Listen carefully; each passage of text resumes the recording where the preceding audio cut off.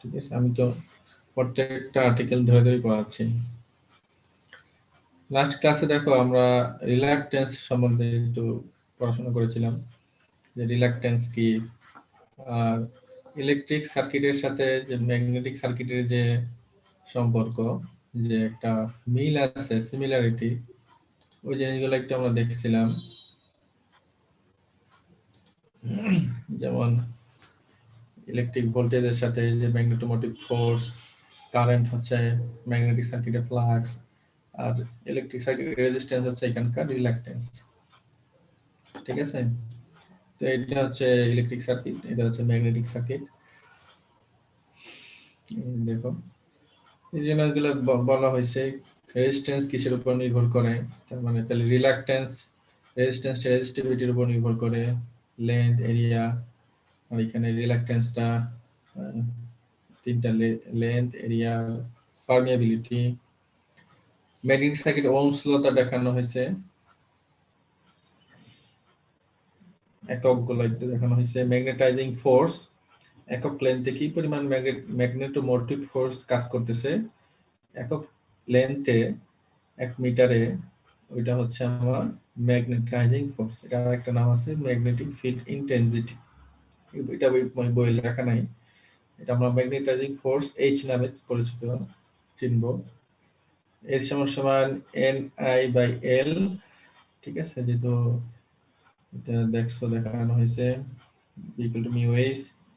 এরপর হিস্টেরিসিস কার্ভটা দেখানো হয়েছে, কিভাবে হিস্টেরিসিস কার্ভটা আসে, রিটেনটিভিটি কি, আর রেসিডুয়াল ফ্লাক্সটা পড়ানো হয়েছে। তোমরা কি কেউ বলতে পারবা? বলো তো রেসিডুয়াল ফ্লাক্সটা কি?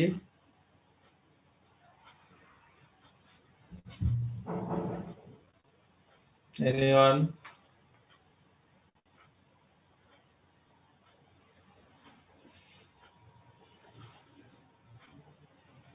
রেসিডুয়াল ফ্লাক্সটা কি বলো একজন। স্যার, কারেন্ট সরায় নিলেও কিছু ফ্লাক্স স্টোর হয়ে থেকে যায়, সেটা রেসিডুয়াল ফ্লাক্স। কারেন্ট সরায় নিলে মানে কি, কোন পজিশনে? কারেন্টের মান তখন কত? জি স্যার, কিসের মান?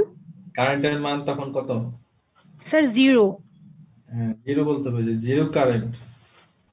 ঠিক আছে, আচ্ছা, অর্থাৎ যে পরিমাণ ফ্লাক্স তুমি পাবা কারেন্ট জিরো অবস্থাতে, রেসিডুয়াল ফ্লাক্স, এটা দেখানো হয়েছিল। রেসিডুয়াল ফ্লাক্স ডেনসিটি দেখানো হয়েছিল। এরপরে বিভিন্ন আমরা নরমাল ম্যাগনেটাইজেশন কার্ভটা হচ্ছে যে মাঝখানেরটা, মূলবিন্দু থেকে যেটা প্রথমে যায়, এটা হচ্ছে নরমাল ম্যাগনেটাইজেশন কার্ভ। এটাই আমরা অঙ্কতে ড্র করব, এটা লাগবে আমাদের। বিভিন্ন বি এর জন্য এইচ এর মান আমরা বের করব। ডোমেইন থিওরি পড়ানো হয়েছিল আজকে ক্লাস 3। আজকে আমরা করব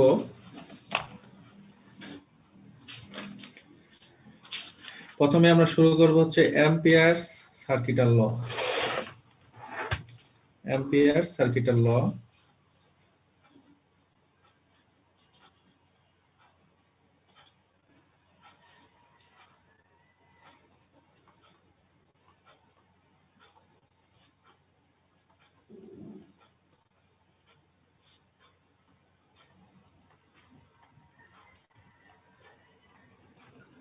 অ্যাম্পিয়ার সার্কিটাল ল।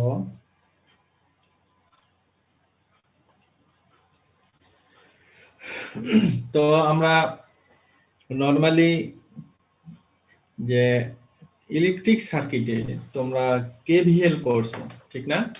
কারশফস ভোল্টেজ ল মনে আছে?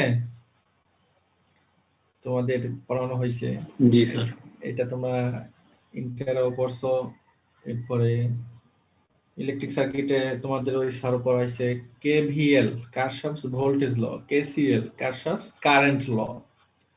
তো একই জিনিস ম্যাগনেটিক সার্কিটে এই কেভিএল আর কেসিএলটা কিরকম, আজকে আমরা জিনিসটা দেখব।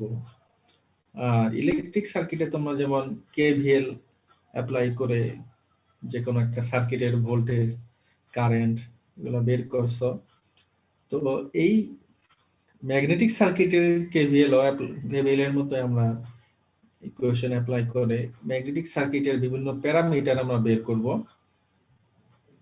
ঠিক আছে, তো কেভিএলটা ছিল এরকম। কেভিএল কেউ বলতে পারবা? কেভিএলটা কি বলো তো?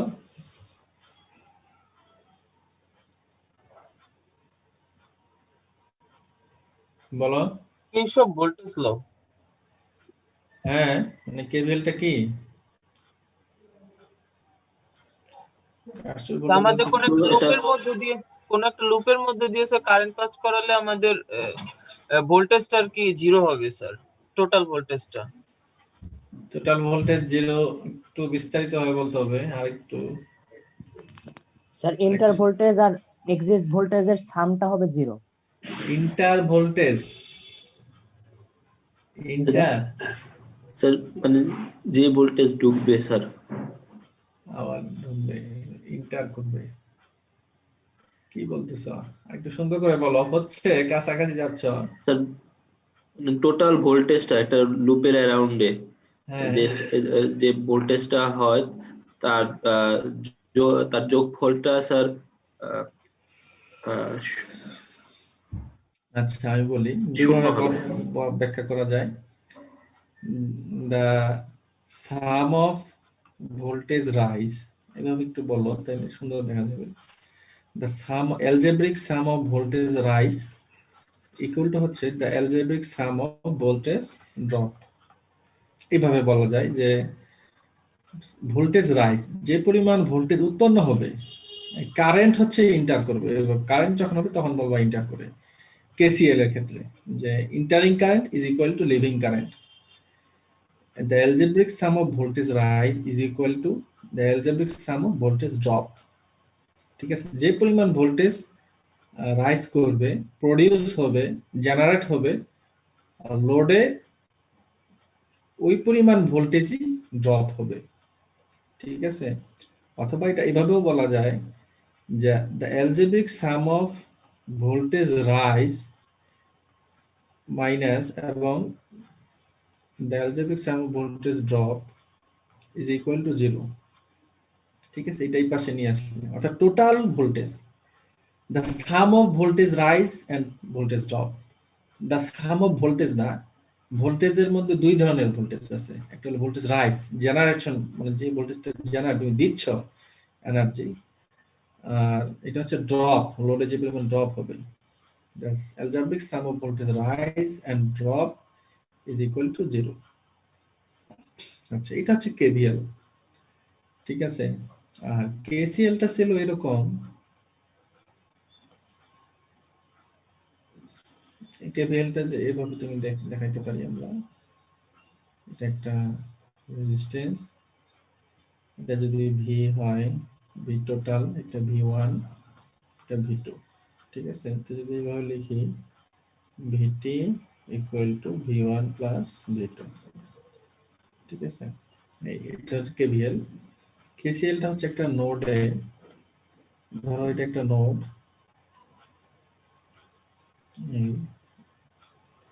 এটা current I one, I two, আর এটা হচ্ছে আই থ্রি। কেসিএলটা হচ্ছে যে একটা নির্দিষ্ট নোডে the sum of entering current, the sum of entering current, এখানে এভাবে লিখতে পারবো, অর্থাৎ ইন্টার লিখতে পারবো, entering current equal to the sum of leaving current। ধরো আর একটা আছে I4, sum of leaving current। ঠিক আছে, এটা equal to entering current is equal to some of living current, অর্থাৎ টোটাল যে পরিমাণ কারেন্ট ইন্টার করবে ওই পরিমাণ কারেন্ট এবং যা লিভ করবে এটার যোগফল, দুটা যোগফল কি সমান। অথবা এভাবে বলা যায় the algebraic sum of current enter algebraic sum of leaving একসাথে is equal to 0। শুধু কারণ যদি algebraic sum of total current 0, এভাবে না, একটা ইন্টার কারেন্ট একটা লিভিং কারেন্ট, এভাবে বলবো আর কি, তাহলে জিনিসটা সুন্দর হবে। তো আমরা এটা পড়ছিলাম যে ইলেকট্রিক সার্কিটে যে কেভিএল কেসিএল আমরা পড়ছি। তো আজকে আমরা যে ম্যাগনেটিক সার্কিটে আমাদের এই কেভিএলটা আমরা অ্যাপ্লাই করব, আর কেসিএলটা তাহলে কি রকম এটা আমরা একটু দেখব। তো কারশফস ভোল্টেজ ল, ঠিক আছে, এইটাকে ম্যাগনেটিক সার্কিটে বলা শোনা হয়। যাচ্ছে না স্যার?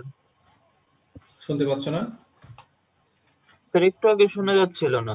এখন শুনতে পাচ্ছ? জি স্যার। স্যার শোনা যাচ্ছে স্যার। আচ্ছা, কেভিএল কে ম্যাগনেটিক সার্কিটে বলা হয় হচ্ছে অ্যাম্পিয়ারস সার্কিটাল ল। ঠিক আছে, এখানে ছিল কারশফস ভোল্টেজ ল, ওই কেভিএল কে ম্যাগনেটিক সার্কিটে আমরা বলবো অ্যাম্পিয়ার সার্কিটাল ল। তো অ্যাম্পিয়ার সার্কিটাল লটা আসলে কি রকম আমি একটু বলি।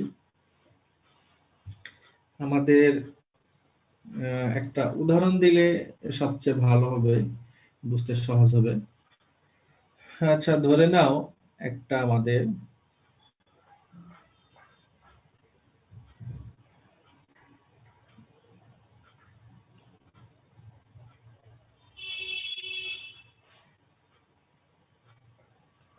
এটা একটা সিলিন্ড্রিক্যাল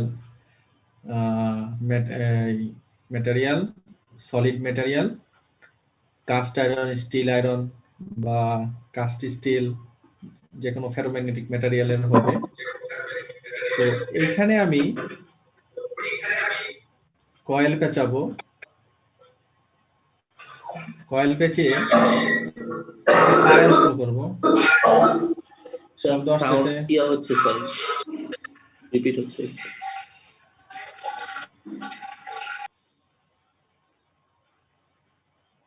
তো এখানে যদি আমি যে একটা এনার্জি অ্যাপ্লাই করবো, এটা একটা ম্যাগনেটিক সার্কিট। এখানে এন সংখ্যক টার্ন আছে, এই যে প্যাচ, কতগুলা প্যাচ দিব, এটা এন সংখ্যক টার্ন আছে, আর কারেন্ট দিব আমি আই। এইখানে আমাদের যদি কারেন্ট দেই তাহলে আমরা জানি এই যে ভিতরে কি হবে, একটা ম্যাগনেটিক ফ্লাক্স যাবে, ঠিক আছে না? ম্যাগনেটিক ফ্লাক্স এর মধ্যে দিয়ে পাস করবে। এটার ক্রস সেকশন এরিয়া হচ্ছে এ। এটা ধরো সিলিন্ড্রিক্যাল যদি হয়, এটাকে এটা ক্রস সেকশন হচ্ছে এ এরিয়া। তো যাই হোক, আর এইখানে যে পরিমাণ তোমার রিলাক্টেন্স আছে, ঠিক আছে, রিলাক্টেন্স আমরা জানি যে ফেরোম্যাগনেটিক ম্যাটেরিয়ালের একটা নির্দিষ্ট কি থাকবে, রিলাক্টেন্স থাকবে। তো রিলাক্টেন্সটা হচ্ছে, ধরো এখানে আমি ধরে নিলাম রিলাক্টেন্সটা হচ্ছে এরকম আর, রিলাক্টেন্স আর, ঠিক আছে। তো আমরা এখানে বলতে পারি যে এখানকার মতো যে পরিমাণ আমি ম্যাগনেটিক সার্কিটে এনার্জি অ্যাপ্লাই করব, এটাকে আমরা এখানে তো ভোল্টেজ সোর্স বলছি, এখানে আমরা বলবো ভোল্টেজ সোর্সকে নাম দিব কি, ম্যাগনেটাইজিং ফোর্স। তোমাদেরকে দেখানো হয়েছে একদম ফার্স্ট স্লাইডে, দেখো এই যে টোটাল যে ভোল্টেজটা যেটা আমরা অ্যাপ্লাই করতেছি ম্যাগনেটিক সার্কিটে, এটা হচ্ছে magnetomotive force. Magnetomotive force equivalent, মানে ভোল্টেজ ইকুইভ্যালেন্ট। আর যেখানে এটা কারেন্ট ছিল এটা ছিল এখানে ফ্লাক্স, আর যেটা এখানে রেজিস্ট্যান্স ছিল এটা হচ্ছে রিলাক্টেন্স। তো ওইটাই আমি যদি অ্যাপ্লাই করি, দেখো তাহলে আমি বলতে পারি ম্যাগনেটিক সার্কিটে ওইভাবে বলতে পারি, যদি বলি the algebraic sum of magnetomotive force, হ্যাঁ, এটা হচ্ছে আমি যে যে ফোর্সটা ইনডিউস হবে, হ্যাঁ, এটাকে আমি নাম বলতে পারি ইনডিউস রাইজ বলতে পারি। যদি আমি এটার মতো করে লিখি, যে এটার মতো করে ম্যাগনেটোমোটিভ ফোর্স রাইজ যদি লিখি, যে পরিমাণ ম্যাগনেটোমোটিভ ফোর্স আমি ইনডিউস হবে, রাইজ হবে, এখানে উৎপন্ন হবে, আর ওই পরিমাণই ম্যাগনেটোমোটিভ ফোর্স কি হবে বলো, ড্রপ হবে, ঠিক তো? যে পরিমাণ ম্যাগনেটোমোটিভ ফোর্স রাইজ হবে এইখানে, ওই পরিমাণই এই যে ম্যাগনেটিক সার্কিটটা, এই সার্কিটে ওই পরিমাণ আমার ম্যাগনেটোমোটিভ ফোর্স কি হবে, ড্রপ হবে।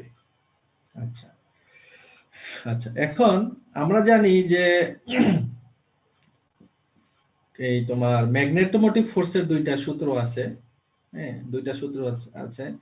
যদি প্রোডিউসের ক্ষেত্রে আমি এই সূত্রটা দেখি, এটা হচ্ছে এরকম যে এন কি কত নাম্বার অফ টার্ন আছে, এটা হচ্ছে নাম্বার অফ টার্ন, ঠিক আছে, এন, আর কি পরিমাণ কারেন্ট যাচ্ছে, ঠিক আছে, তাহলে এটা হবে এন আই। যদি এন নাম্বার অফ এন হয়, টার্ন সংখ্যা এন হয়, আর কারেন্ট যদি আই যায়, তাহলে এটা হচ্ছে এন আই, ঠিক আছে। আর ড্রপটা কি, এটা ভোল্টেজের মতো, এই যে ভোল্টেজ ড্রপ, ঠিক আছে না, এখানে ছিল আই আর এখানে যদি আমি ভোল্টেজ ড্রপটা V1 বলি, তাহলে এটা R1 হয়, এটা R2 হয়, তো V1 সমান কি হবে, I R1, ঠিক আছে না। তো এইখানে হবে জাস্ট ফাই আর, ফাই ড্রপটা হবে ফাই, আর হচ্ছে রিলাক্টেন্স, কি বুঝতে পারতেছ? আচ্ছা, ফ্লাক্স আর হচ্ছে কি রিলাক্টেন্স, ভোল্টেজ ড্রপ, অর্থাৎ ভোল্টেজ আমাদের ম্যাগনেটোমোটিভ যে পরিমাণ ম্যাগনেটিক এনার্জি, এটা ম্যাগনেটিক এনার্জিও বলতে পারি, যে ম্যাগনেটোমোটিভ ফোর্স উৎপন্ন হবে ওই ম্যাগনেটিক সার্কিট, ওই পরিমাণ ভোল্টেজ এই ম্যাগনেটোমোটিভ ফোর্স কি হবে, ড্রপ হবে। আর উৎপন্ন হওয়া এটা আমরা এই কোয়েশ্চন দিয়ে দিব, যেহেতু টার্ন সংখ্যা কারেন্ট দিয়ে প্রকাশ করা হয়, আর ড্রপটা আমরা ফ্লাক্স ফাই আর রিলাক্টেন্স আকারে প্রকাশ করব, ঠিক আছে।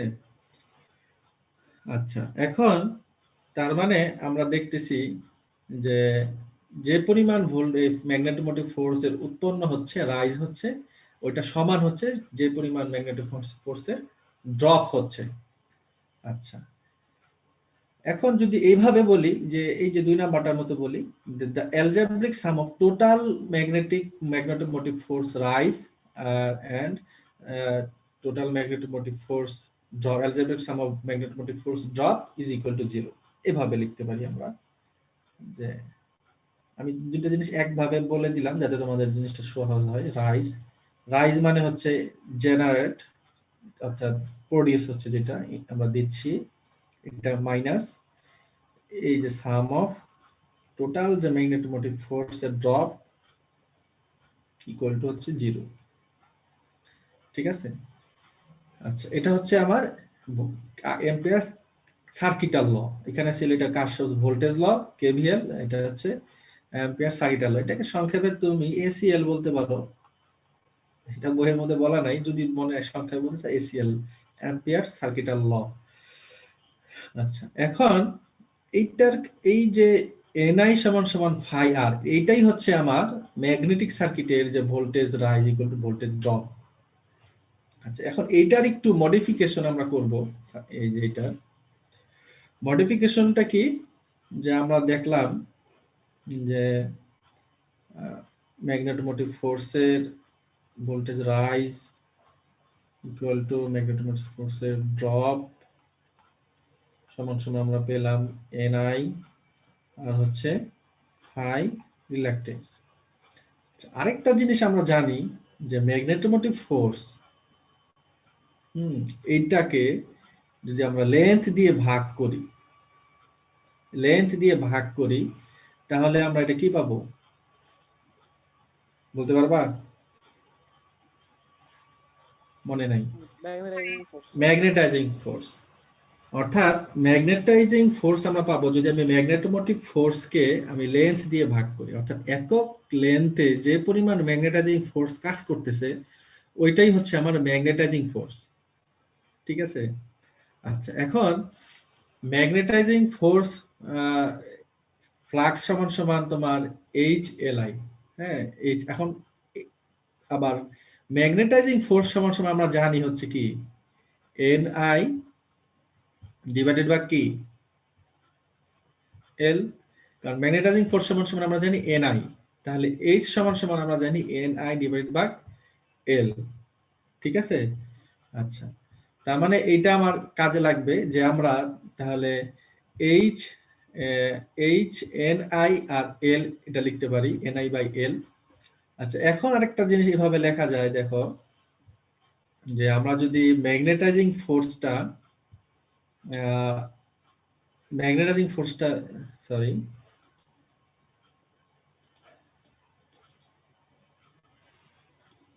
ম্যাগনেটাইজিং ফোর্সটাকে সামনে লিখি, এল কে এইচ দিয়ে গুণ করি, তার মানে দেখো ম্যাগনেটাইজিং ফোর্স সমান সমান আমরা বলতে পারি যে এইচ এল।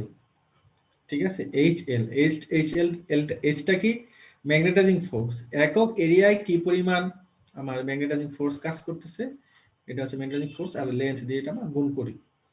এই যে ফোর্স সমান সমান যে এল এইচ এল, তার মানে এটাও একটা হচ্ছে ম্যাগনেটাইজিং ফোর্সের ইকুয়েশন। ঠিক আছে, তার মানে আমরা এটাও লিখতে পারি যে এন আই সমান সমান হচ্ছে এই যে ভোল্টেজ যে ড্রপ, ম্যাগনেটোমোটিভ ফোর্সের যে ড্রপ হবে, এই ড্রপটাকে আমরা এই সূত্র দিয়েও লিখতে পারি, ফাইআর দিয়ে লিখতে পারি, কারণ আইআর, হ্যাঁ ভোল্টেজ সমান আইআর, এখানে ফাইআর, আর এখানে এনআই, ম্যাগনেটোমোটিভ ফোর্সটা এনআই দিয়েও লেখা যায়, ফাইআর দিয়েও লেখা যায়, আবার দেখলাম কি এইচএল দিয়েও লেখা যায়। ঠিক আছে, তার মানে এইচএল দিয়ে আমরা এটা লিখতে পারি। এটা হচ্ছে যে এই সার্কিটের জন্য, ঠিক আছে, যে এই সার্কিটের জন্য কিন্তু আমরা বলতেছি। আচ্ছা, এইচএল অর্থাৎ যে পরিমাণ আমার magnetomotive force, magnetic energy produce হবে, ইনডিউস হবে, জেনারেট হবে ওই যে সার্কিটে, ম্যাগনেটিক সার্কিটে, ওই পরিমাণই ম্যাগনেটোমোটিভ ফোর্সের কি হবে, ড্রপ হবে। ওই পরিমাণ ম্যাগনেটোমোটিভ ফোর্সের কি হবে, ড্রপ হবে। আর এই ড্রপটাকে আমরা ফাইআর দিয়েও লিখতে পারি, যদি আমি রিলাক্টেন্স জানি আর ফ্লাক্স জানি তাহলে আমরা ফাইআর দিয়ে প্রকাশ করব, আর যদি আমি লেন্থ জানি আর ম্যাগনেটাইজিং ফোর্স জানি তো এইচএল দিয়েও লিখতে পারবো ইচ্ছা। এটা হচ্ছে যদি একটা সোর্স আর একই রকমের ম্যাগনেটিক ম্যাটেরিয়াল থাকে, তাহলে আমরা এই যে এরকম হবে, কোনো সাম আসবে না।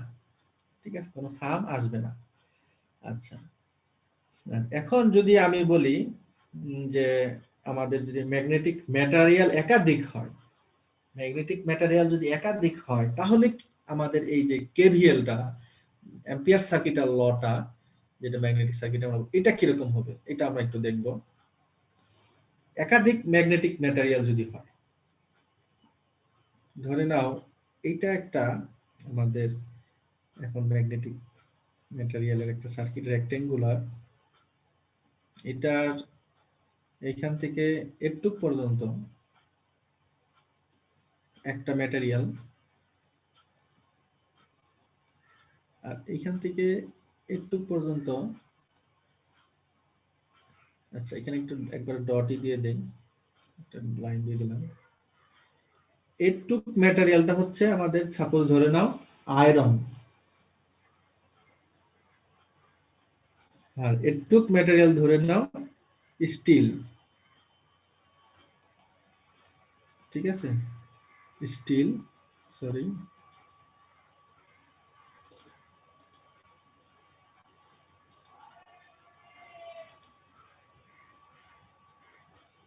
আর এইখানে আরেকটা ম্যাটেরিয়াল তুমি ধরে নাও, আলাদা আরেকটা ম্যাটেরিয়াল, এটা হচ্ছে কোবাল্ট। ঠিক আছে, অর্থাৎ তিন ধরনের ম্যাগনেটিক ম্যাটেরিয়াল আছে।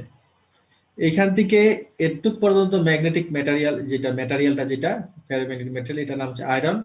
এইখান থেকে এই বর্ডার পর্যন্ত হচ্ছে স্টিল, এইখান থেকে এটুক হচ্ছে কোবাল্ট। ঠিক আছে, আচ্ছা এখন আমরা ধরে নিলাম এইখান থেকে এটুক পর্যন্ত, আবার এটুক পর্যন্ত, আবার এখান থেকে একটা পয়েন্ট ধরে নিলাম, এখানে একটা পয়েন্ট ধরে নিলাম, এইখানে একটা পয়েন্ট ধরে নিলাম, আর এইখানে একটা পয়েন্ট ধরে নিলাম। ঠিক আছে, ধরে নিলাম যে এইটা হচ্ছে এ পয়েন্ট, আর এটা হচ্ছে বি পয়েন্ট, আর এটা হচ্ছে সি পয়েন্ট। ঠিক আছে, আমাদের যেহেতু একই ম্যাটেরিয়াল, এই জন্য আলাদা পয়েন্ট নেওয়ার দরকার নাই। ধরে নিলাম এখানে এ পয়েন্ট, এটা বি পয়েন্ট, আর এটা সি পয়েন্ট। তো আমরা আসলে এই যে সার্কিটের মধ্যে আমরা ম্যাগনেটিক যে অ্যাম্পিয়ার সার্কিটের লটা অ্যাপ্লাই করব। ধরে নিলাম এখানে আমি যে তার পেঁচাচ্ছি এন, আর কারেন্ট ফ্লো করতেছি আই। ঠিক আছে, আচ্ছা তো আমরা জানি যে algebraic sum of magnetic energy বা ম্যাগনেটোমোটিভ ফোর্স আর algebraic sum of magnetomotive force এর ড্রপ, ঠিক আছে? তো এখানে যদি এটা অ্যাপ্লাই করি তাহলে এটা কিভাবে লেখা যায় দেখো, এন আই, আচ্ছা আরেকটু বিস্তারিত লিখি,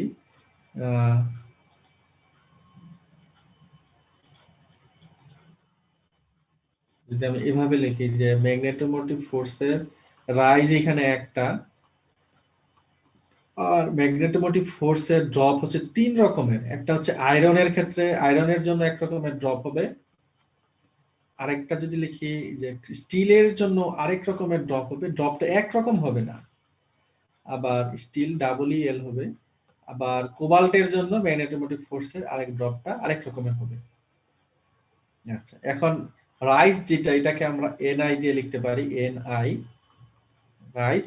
আর আয়রনেরটাকে আমরা লিখতে পারি, দেখো ম্যাগনেটিক ফোর্স এইচএল দিয়ে লেখা যায়, ঠিক আছে? এইচএল দিয়ে রাইসটা কি সবার জন্য সমান হবে? হ্যাঁ ম্যাগনেটিক মোটিভের রাইসটা? হ্যাঁ, রাইজটা তো একটাই, রাইজটা তো একটাই। তুমি এখানে যে যে ম্যাগনেটিক রাইজটা দিচ্ছ, এটা কি পরিমাণ দিচ্ছ এটা তুমি মেজার করতেছো। তুমি এই এখানে যে ফ্লাক্সটা প্রডিউস হবে, এই ফ্লাক্সটাই কিন্তু এইখান দিয়ে গিয়ে এটার মধ্যে দিয়ে এইখানে গিয়ে আবার শেষ হবে, ঠিক আছে? একই ফ্লাক্স। আচ্ছা, এখন এটাকে আমরা কিন্তু তোমার এই এইচ এল দিয়েও লিখতে পারি, এইচ এল দিয়েও লিখতে পারি, ফাই আর দিয়েও লিখতে পারি, দুই ভাবেই কিন্তু লেখা যায়, ঠিক আছে? ফাই আর দিয়েও লেখা যায়। আর আচ্ছা, আরেকটা জিনিস আমি তোমাদেরকে এটা বলবো, দেখো আমরা জানি সিরিজ সার্কিটে দেখো, এই যে এটা একটা সিরিজ সার্কিট, ইলেকট্রিক্যাল সার্কিট, এখানে কিন্তু কারেন্টটা সমান, ঠিক না? মনে আছে যে সিরিজ সার্কিটে কারেন্ট সমান, কারণ একই কারেন্ট সবগুলোর মধ্যে ফ্লো হচ্ছে। তো এইটাও কিন্তু অনুরূপ ভাবে ওইরকম সিরিজ সার্কিটের মতো, অনুরূপ সিরিজ সার্কিটের মতো, ঠিক আছে? অনুরূপ সিরিজ সার্কিটের মতো। কিভাবে এটা ইকুইভ্যালেন্ট সার্কিট যদি আমরা ড্র করি, ইকুইভ্যালেন্ট সার্কিট ধরো ড্র করলাম, এখানে ড্র করি, তাহলে জিনিসটা এরকম হবে যে এটা হচ্ছে যে ম্যাগনেটোমোটিভ ফোর্স, ধরে নিলাম এটা প্লাস মাইনাস, এটা হচ্ছে ম্যাগনেটোমোটিভ ফোর্স যেটা দিচ্ছি আমি। আর আয়রনের জন্য একটা রিলাক্টেন্স পাওয়া যাবে, রিলাক্টেন্স, ঠিক না? রিলাক্টেন্স পাওয়া যাবে না? এই রিলাক্টেন্সটা আমি ধরলাম এরকম রেজিস্ট্যান্সের মধ্যে দিয়ে আমি প্রকাশ করলাম রিলাক্টেন্স, এটাকে ধরলাম রিলাক্টেন্স আয়রনের, আয়রন। আবার স্টিলের জন্য দেখো একটা রিলাক্টেন্স পাওয়া যাবে, কারণ এক একটা ম্যাটেরিয়ালের রিলাক্টেন্স এক এক রকম। বুঝতে পারতেছো কেন রিলাক্টেন্স কেন একই রকম? এর কারণ হচ্ছে যে রিলাক্টেন্স সমান সমান হচ্ছে L by mu A, permeability. কারণ এক এক ম্যাটেরিয়ালের পারমিয়াবিলিটি এক এক রকমের, ভেদনযোগ্যতা, ঠিক আছে? কি পরিমাণ ফ্লাক্স কে সে তার মধ্যে দিয়ে ইন্টার করাতে পারে, হ্যাঁ, ভেদনযোগ্যতা যেটা, এটা হচ্ছে কম বেশি থাকার কারণে রিলাক্টেন্সটা আলাদা। তাহলে স্টিলেরটা একরকমের হবে, এই যে এটা হচ্ছে স্টিলের, ধরো রিলাক্টেন্সটা একটু এভাবে লিখতে হবে, এটা ধরো স্টিল, আর এটা রিলাক্টেন্স হচ্ছে কোবাল্ট। আর ম্যাগনেটোমোটিভ ফোর্স যেটা অ্যাপ্লাই করব, আর এখানে যেটা যাবে এটা হচ্ছে ফ্লাক্স, একই ফ্লাক্স যাবে, কেন এটা সিরিজ, এটা একটা সিরিজ সার্কিটের মতো, এটা ভোল্টেজ সোর্স, এগুলো রেজিস্ট্যান্সের মতো, ইলেকট্রিক সার্কিটের মতো যদি কল্পনা করি, ঠিক আছে? তো এইভাবেও আমি এটা লিখতে পারবো, ঠিক আছে? দেখো আমি যদি এই সূত্র দিয়ে লিখি, দুই সূত্র দিয়ে কিন্তু লেখা যাবে, ঠিক আছে? আমি দুইটাই বইয়ের মধ্যে এটা লেখা না, আমি এটাও লিখে দিচ্ছি। দেখো আমি যদি ফ্লাক্স দিয়ে চিন্তা করি, যে আইআর এর মতো চিন্তা করি, তো ফাই, কারণ ফ্লাক্সটা সেম, ফাই আর কি হবে রিলাক্টেন্স আয়রন, এটার যে ড্রপ, ফ্লাক্স সেম থাকবে, রিলাক্টেন্স হবে স্টিল, ফ্লাক্স সেম থাকবে, রিলাক্টেন্স হবে কার? কোবাল্টের, ঠিক আছে? আচ্ছা, আয়রন, স্টিল, কোবাল্ট। এখন আচ্ছা, এটা তো একটা ইকুয়েশন গেল। আরেক ভাবে লেখা যায়, এটা একটা যাবে, এটাও লেখা যাবে। আরেক ভাবে লেখা যায়, এটা হচ্ছে তোমাদেরকে একটু আগে দেখাইছি, দেখো ফাই আর দিয়েও লেখা যায়, এইচএল দিয়েও লেখা যায়। আমি যদি কোন রকমে দেখো, আমরা তো জানি যে এইখান থেকে যে এটুক পর্যন্ত যে ম্যাগনেটাইজিং ফোর্সটা, ঠিক আছে, এই ফোর্সটা যদি আমি জানতে পারি তাহলে আমি এই এইচটা জানতে পারবো। এখন কথা হচ্ছে আমি তো আমি যদি সোর্স যদি হয় এইচ সমান সমান, আমরা জানি যে এইচ সমান সমান হচ্ছে এন আই বাই হচ্ছে এল। তো এইখান থেকে একটু পর্যন্ত এইচ, এইখান আমরা তো সোর্সেরটা তো এন আই বসাইছি, কিন্তু এইখান থেকে একটু পর্যন্ত যে এইচটা তাহলে কিভাবে বের করবো? আর এইখান থেকে একটু পর্যন্ত আর এনটা নাই। হ্যাঁ, কারেন্টটা তো আর এখান থেকে কারেন্ট যাচ্ছে না, ফ্লাক্স যাচ্ছে। লেন্থ তো নয় আছে, লেন্থটা এখানে আমি মেজার করতে পারবো। ঠিক আছে, তাহলে এখান থেকে এ থেকে এই সি পর্যন্ত আমি যে আমাদের যে ইয়াটা, এই ম্যাগনেটাইজিং ফোর্সটা, এটা তো আমি মেজার করতে পারতেছি না। কিভাবে করব? এটা হচ্ছে যে এখান থেকে একটু পর্যন্ত কি পরিমাণ ফ্লাক্স, এখানে যে কি পরিমাণ ফ্লাক্স যাচ্ছে এটা যদি আমি জানতে পারি, দেখো এখান থেকে যে কি পরিমাণ ফ্লাক্স যাচ্ছে এটা যদি আমি জানতে পারি, তাহলে ফ্লাক্স যদি আমি জানি তাহলে আমি বি জানতে পারবো। কারণ বি সমান সমান হচ্ছে ফ্লাক্স বাই এরিয়া, কারণ আমরা এরিয়া জানি, এরিয়া দেওয়া থাকবে বা আমি ক্যালকুলেট করে নিতে পারবো, বিচার করে নিতে পারবো। ঠিক আছে, তাহলে ফ্লাক্স থেকে আমি বি জানবো, বি থেকে আমি এইচ জানতে পারি। কিভাবে? কারণ বি সমান সমান হচ্ছে মিউ এইচ, তাহলে এইচ সমান সমান কি? B by mu. তাহলে মিউ দিয়ে যদি ভাগ করি তাহলে বি কে, তাহলে আমি ম্যাগনেটাইজিং ফোর্স আমি জানতে পারবো। তার মানে হচ্ছে আমি যে এইখানে এই যে এইচ এল দিয়ে যদি লিখতে চাই, তাহলে এইচ এল মানে এ থেকে, দেখো এ থেকে এই সি পর্যন্ত, ঠিক আছে, এ থেকে সি পর্যন্ত আমার একটাই ম্যাটেরিয়াল, আয়রন। তার মানে এইচ এসি আমি লিখবো, ম্যাটেরিয়াল আর না লিখলাম, এসি, এসি মানে বুঝতে হবে আয়রনের। আর এল দিয়ে যদি লিখি এল এসি, বুঝতেছ? হ্যালো, আচ্ছা, এসি, এ থেকে সি পর্যন্ত যে এইচ ম্যাগনেটাইজিং ফোর্স, আর এ থেকে সি পর্যন্ত হচ্ছে লেন্থ, এ থেকে এসি পর্যন্ত লেন্থ। আবার এ থেকে বি পর্যন্ত হচ্ছে স্টিল, তার মানে এইটার এইচটা আলাদা। তাহলে এইচ এ বি, যেহেতু এ থেকে বি পর্যন্ত হচ্ছে স্টিল আর এটা লেন্থটা হচ্ছে এ বি। আবার বি থেকে সি পর্যন্ত হচ্ছে কোবাল্ট, তো কোবাল্টের জন্য আমার এইচটা হচ্ছে বিসি আর এলটা হচ্ছে বিসি। ঠিক আছে, দুই ভাবেই লেখা যায়। ঠিক আছে, দুই ভাবে আমরা এটা লিখতে পারি। আচ্ছা, অর্থাৎ যে পরিমাণ ভোল্টেজ অর্থাৎ ম্যাগনেটোমোটিভ ফোর্স জেনারেট করব, রাইজ হবে, প্রডিউস করব, ওই ম্যাগনেটিক সার্কিটের প্রত্যেকটা ম্যাগনেটিক ম্যাটেরিয়ালের মধ্যে যে ম্যাগনেটোমোটিভ ফোর্স হবে, ড্রপ হবে, ওইটা ফ্লাক্সটাতে ড্রপ হবে, প্রত্যেকটা ড্রপের সাম এই রাইজের সমান।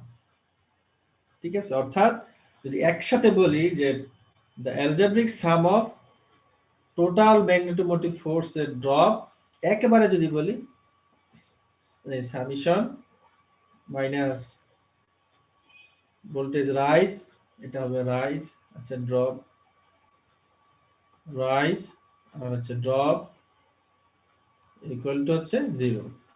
আর এটাকে আবার এইভাবে লেখা যায় যে total magnetomotive force equal to 0।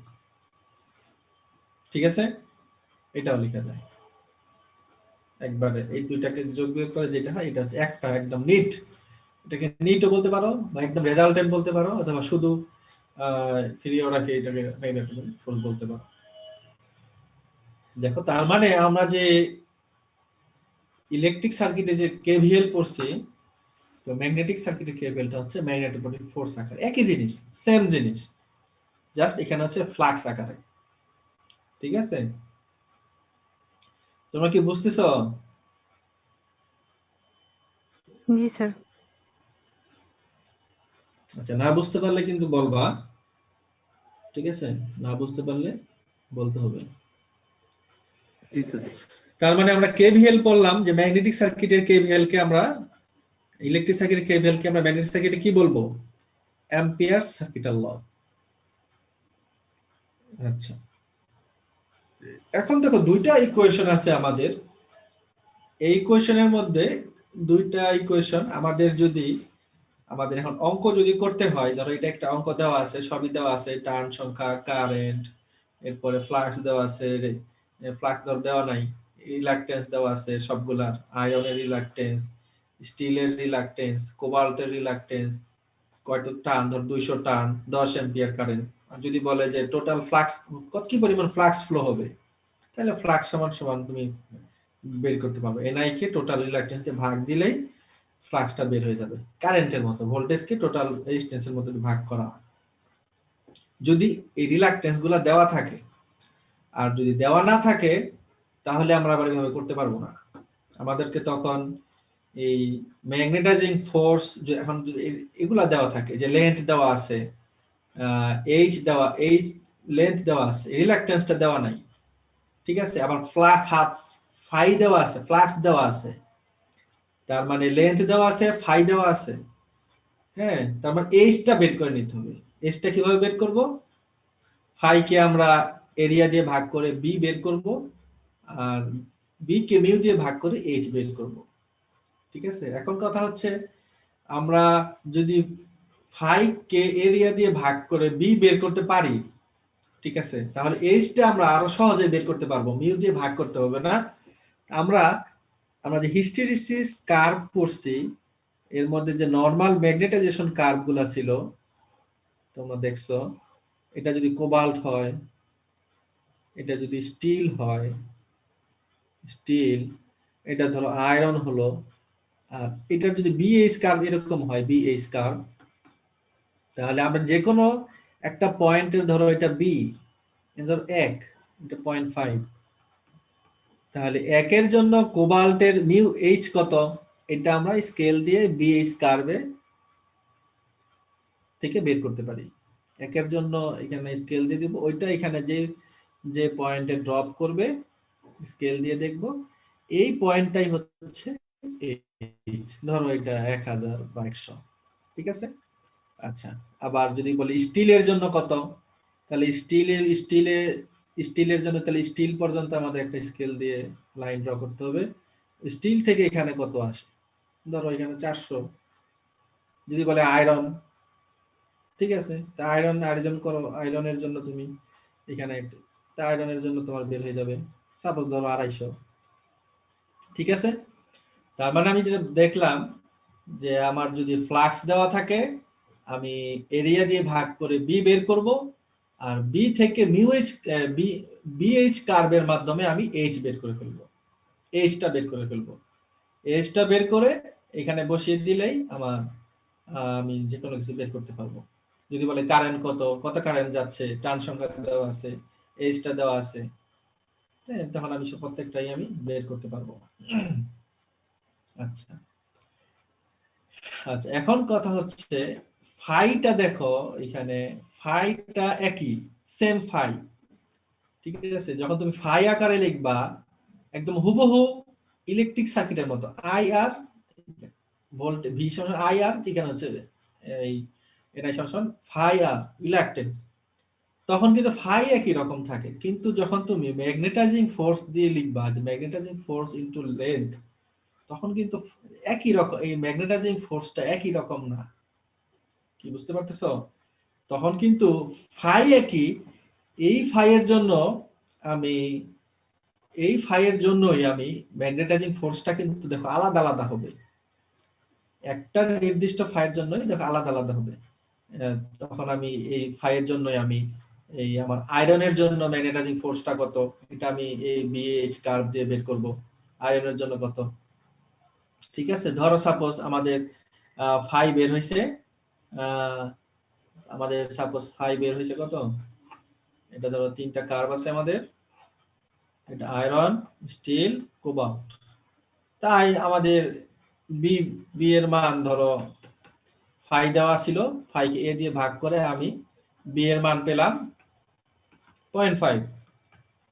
তো 0.5 এ আমার এই আয়রনের এইচ গুলা কত, তো আমি এখান থেকে স্ট্রেট লাইন ড্র করব। এইখান থেকে যেটা পাবো এটা হচ্ছে আয়রনের এইচ, এইখান থেকে যেটা পাবো এটা হচ্ছে স্টিলের এইচ, এইখান থেকে যেটা পাবো এটা হচ্ছে কোবাল্টের এইচ। একেবারে সহজ, ঠিক আছে। তাহলে আমরা এই আলাদা আলাদা এইচ গুলা বের করতে পারবো। এটা হচ্ছে আমাদের কেভিএল এর কেভিএল, ম্যাগনেটিক সার্কিটের কেভিএল, যাকে আমরা বলবো অ্যাম্পিয়ার সার্কিট। এখানে কারো কোনো কোশ্চেন আছে? স্যার মিউ এর মান কি দেওয়া থাকবে তাহলে স্যার? মিউর মান দেওয়া থাকার দরকার নাই, কারণ হচ্ছে আমাদের বিএইচ কার্ভ যদি দেওয়া থাকে তাহলে আমার মিউ এর মান আর দরকার নাই, ঠিক আছে। আর যদি বিএইচ কার্ভ না দেওয়া থাকে, বুঝতেছো, বিএইচ কার্ভ যদি না দেওয়া থাকে তাহলে প্রত্যেকটা ম্যাগনেটিক ম্যাটেরিয়ালের আয়রনের আলাদা মিউ দেওয়া থাকতে হবে, স্টিলের আলাদা মিউ দেওয়া থাকতে হবে, আর কোবাল্টের আলাদা কি থাকতে হবে, মিউ দেওয়া থাকতে হবে। তাহলে না তুমি এই বি বের করে এই মিউ দিয়ে ভাগ করলে আলাদা আলাদা তুমি এই এইচ পাবা। আয়রনের মিউ দিয়ে ভাগ করলে আয়রনের এইচ পাবা, স্টিলের মিউ দিয়ে ভাগ করলে স্টিলের এইচ পাবা, কোবাল্টের মিউ দিয়ে ভাগ করলে কোবাল্টের এইচ পাবা। কারণ এক একটা ম্যাগনেটিক ম্যাটেরিয়ালের এই ম্যাটেরিয়ালের মিউ এক এক রকম, পারমিয়াবিলিটি এক এক রকম। আর যদি বিএইচ কার্ভ দেওয়া থাকে তাহলে আর আমার মিউ দরকার নাই। কি বুঝতেছ? জি স্যার। ওকে, এরপরে আসো আমাদের যে কেসিএল। আমরা কেসিএল পড়ছি ইলেকট্রিক সার্কিটে, যে algebraic sum of entering current is equal to algebraic sum of leaving current, অথবা টোটাল কারেন্ট অর্থাৎ ইন্টারিং কারেন্ট আর টোটাল লিভিং কারেন্টের যোগফল কি 0। তো এটাই আমরা এখন দেখব যে যদি এইরকম হয় আমাদের একটা ম্যাগনেটিক সার্কিট,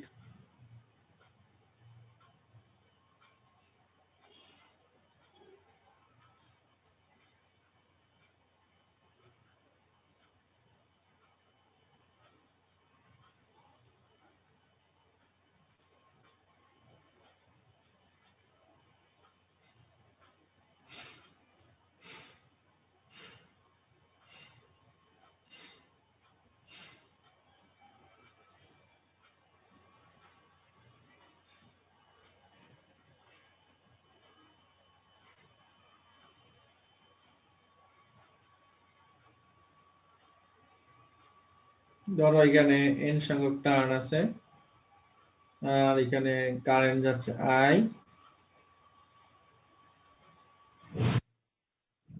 আর এখানে যদি আমি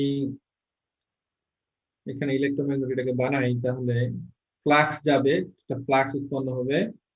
এই ফ্লাক্সটা হচ্ছে ধরে নিলাম ফাই এ,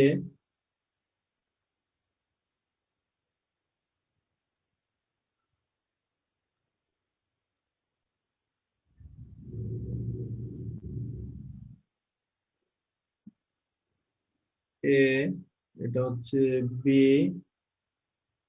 তাহলে এখানে যে ফ্লাক্সটা যাবে এটা ধরে নিলাম ফাই এ ধরে নিলাম,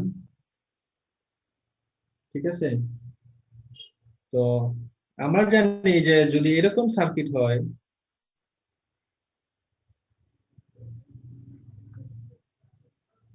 এটা যদি R1, এটা যদি R2 থাকে, এটা যদি ধরো আমাদের 10 ভোল্ট থাকে, এইখানে যে কারেন্টটা যাবে এই কারেন্টটাই কি হবে, দুই ভাগে ভাগ হবে।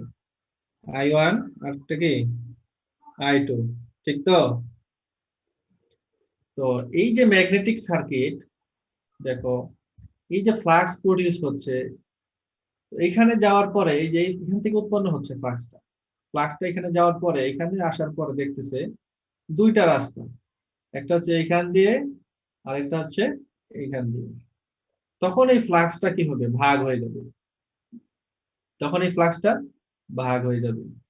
এইখান দিয়ে কিছু পরিমাণ ফ্লাক্স যাবে, আবার এইখান দিয়ে কিছু পরিমাণ ফ্লাক্স যাবে। ঠিক আছে, এই ফ্লাক্সটাই এই ফাই সি যেটা, এটা একটু পর্যন্ত থাকবে।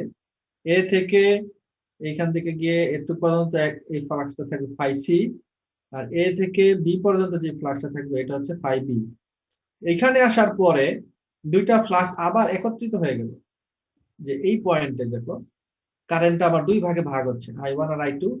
আবার এই পয়েন্টে এসে দুইটা কারেন্ট একত্রিত হয়ে আবার হয়ে গেল কি, এটা টোটাল কারেন্ট IT ধরো, আবার টোটাল কারেন্ট হয়ে গেল। তো সিমিলারলি এখানে আসার পরে এই দুইটা ফ্লাক্স আবার মিলে টোটাল ফ্লাক্স হয়ে যাবে। টোটাল ফ্লাক্সটা কত? ফাই এ। বুঝতেছ? অর্থাৎ আমরা দেখলাম যে ফ্লাক্স এ ফাই এ দুই ভাগে ভাগ হচ্ছে। এই পয়েন্টে এ নোডে এ পয়েন্টে আমরা দেখতেছি যে ফাই এ দুই ভাগে ভাগ হয়ে যাচ্ছে, ফাই বি আর হচ্ছে ফাই সি। আবার বি পয়েন্টে আমরা দেখতেছি এই দুইটা ফ্লাক্স আবার একত্রিত হচ্ছে, তাহলে phi B plus phi C equal to হচ্ছে ফাই এ। ঠিক আছে, এইটা হচ্ছে আমাদের ম্যাগনেটিক সার্কিটের কেসিএল। ঠিক আছে, এখন কথা হচ্ছে এখানে মানে অ্যাম্পিয়ার সার্কিটাল ল, যেটা কার্শফ ভোল্টেজ লকে যেমন একটা নাম দেওয়া হয়েছিল, এখানে এই সার্কিটটাকে কেসিএল কে আমরা নাম দিব না, তবে ম্যাগনেটিক সার্কিটের একটা প্রপার্টি হিসাবে আমরা এটা বলতে পারি। নাম কোনো দেওয়া হয় নাই, হ্যাঁ, আর যদি দিতে মন চায় তাহলে বলতে পারো যে ম্যাগনেটিক সার্কিটের কেসিএল, কারেন্ট ল। নাম দেওয়ার দরকার নেই, ম্যাগনেটিক সার্কিটের একটা প্রপার্টিটা কি, যে ফ্লাক্সটা ভাগ হয়ে যাবে, দুই ভাগে ভাগ হয়ে যায় যদি আমাদের একাধিক পাথ থাকে। ঠিক আছে, এখন কথা হচ্ছে স্যার এ থেকে বি পর্যন্ত যে আমার এখন ম্যাগনেটিক ম্যাটেরিয়ালের কথাটা আসুক, যদি আসে যে এটা একই ম্যাটেরিয়ালও হইতে পারে, ধরো পুরাটাই আয়রন। ঠিক আছে, তো পুরাটাও যদি আয়রন হয় তাহলে এ থেকে বি পর্যন্ত ডিস্টেন্সটা কিন্তু কম, লেন্থটা কম। ঠিক আছে, তার মানে পুরাটা যদি আয়রনও হয়, তো ম্যাগনেটিক সার্কিটের ইকুইভ্যালেন্ট এখানে যে রেজিস্ট্যান্সটা হবে, রিলাক্টেন্সটা হবে, এই রিলাক্টেন্সটা ধরো R1, এটা একটু কম হবে, কারণ এখানে পাথটা কম। ঠিক আছে, পাথ যত কম হবে রিলাক্টেন্স তত কম হবে। ঠিক আছে, বাধার পরিমাণ যত কম হবে, লেন্থটা কম। আবার এখান থেকে একই ম্যাটেরিয়ালই যদি হয়, ধরো পুরোটাই আয়রন, হ্যাঁ পুরোটাই আয়রন, আবার দেখো এখান থেকে এখানে আবার রিলাক্টেন্সটা কিন্তু বেশি হবে, কারণ আয়রন হলো এখান থেকে এখানে লেন্থটা অনেক বেশি। ঠিক আছে, তো এটা হচ্ছে রিলাক্টেন্স R2 ধরলাম, অর্থাৎ R1 স্মলার দেন R2 টা বড়। এটা হচ্ছে আমার ম্যাগনেটোমোটিভ ফোর্স Ni, এটার ইকুইভ্যালেন্স আর কি।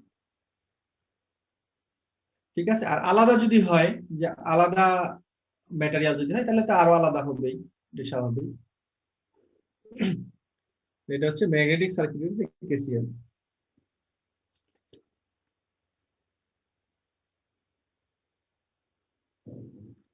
এখন একটা আমরা অঙ্ক করব, ম্যাথ প্রবলেমস করব।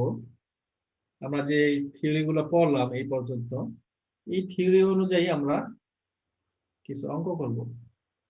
ঠিক আছে, এক্সাম্পল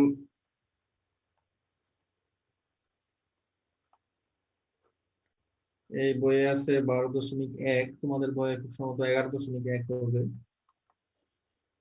যাই হোক, জিনিসটা কি, তো একটা সার্কিট দেওয়া আছে। প্রথমে আমরা শুরু করতেছি সিরিজ ম্যাগনেটিক সার্কিট। ঠিক আছে, আমাদের এই মানে সিরিজ ম্যাগনেটিক সার্কিটটা শুরু করতেছি। Series magnetic circuit. তোমরা যেমন ইলেকট্রিক সার্কিটে সিরিজ সার্কিট পড়ছো, এরপর প্যারালাল সার্কিট পড়ছো, তো সিরিজ প্যারালাল মিলিয়ে পড়ছো। তো ম্যাগনেটিক সার্কিটও সিমিলারলি সিরিজ ম্যাগনেটিক সার্কিট আছে। এটা একটা ম্যাগনেটিক সার্কিট। দেখো এখানে একটা কয়েল পেঁচানো আছে। কয়েলের এন এর মানটা দেওয়া আছে 400 টার্ন।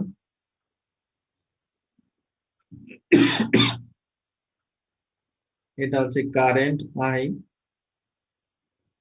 এরপরে এখান দিয়ে যে ফ্লাক্সটা যাচ্ছে পাই, এই ফ্লাক্সের মানটা দেওয়া আছে পাই গিভেন। ফাইটা দেওয়া আছে 4 × 10⁻⁻⁴ ওয়েবার। আর এখানে যে ক্রস সেকশন এরিয়া, যেটা এই এরিয়াটার ভ্যালু দেওয়া আছে। এরিয়াটা হচ্ছে 2 × 10⁻³ মিটার স্কয়ার। আর এই যে টোটাল যে ম্যাগনেটিক সার্কিটটা, এটা যদি সার্কুলার, এটা লেন্থটা কত, লেন্থটাও দেওয়া আছে, কষ্ট করে বের করার দরকার নাই। যেটা টুয়াইস পাই, আর রেডিয়াস দেওয়া থাকলে টুয়াইস পাই দিয়ে বের করা যায়, কিন্তু এটা সরাসরি দেওয়া থাকে, এই জন্য আমাদের এটা বের করতে হয় না। এটার মান দেওয়া আছে 0.16 মিটার।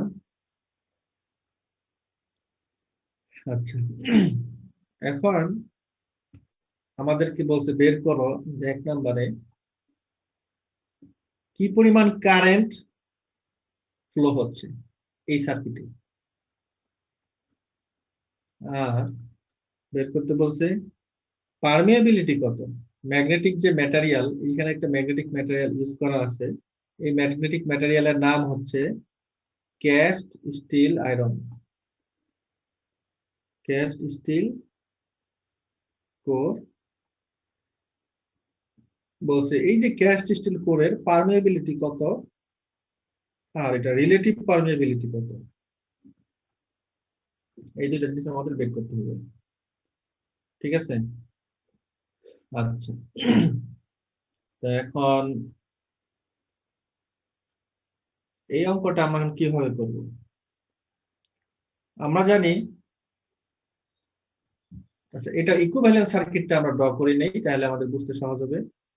ইকুইভ্যালেন্স সার্কিটটা যদি আমরা ড্র করি, এখানেই ড্র করে ফেলি অল্প মধ্যে, যে ইকুইভ্যালেন্স সার্কিটটা এরকম, ম্যাগনেটোমোটিভ ফোর্স আর একটা শুধু রিলাক্টেন্স আছে।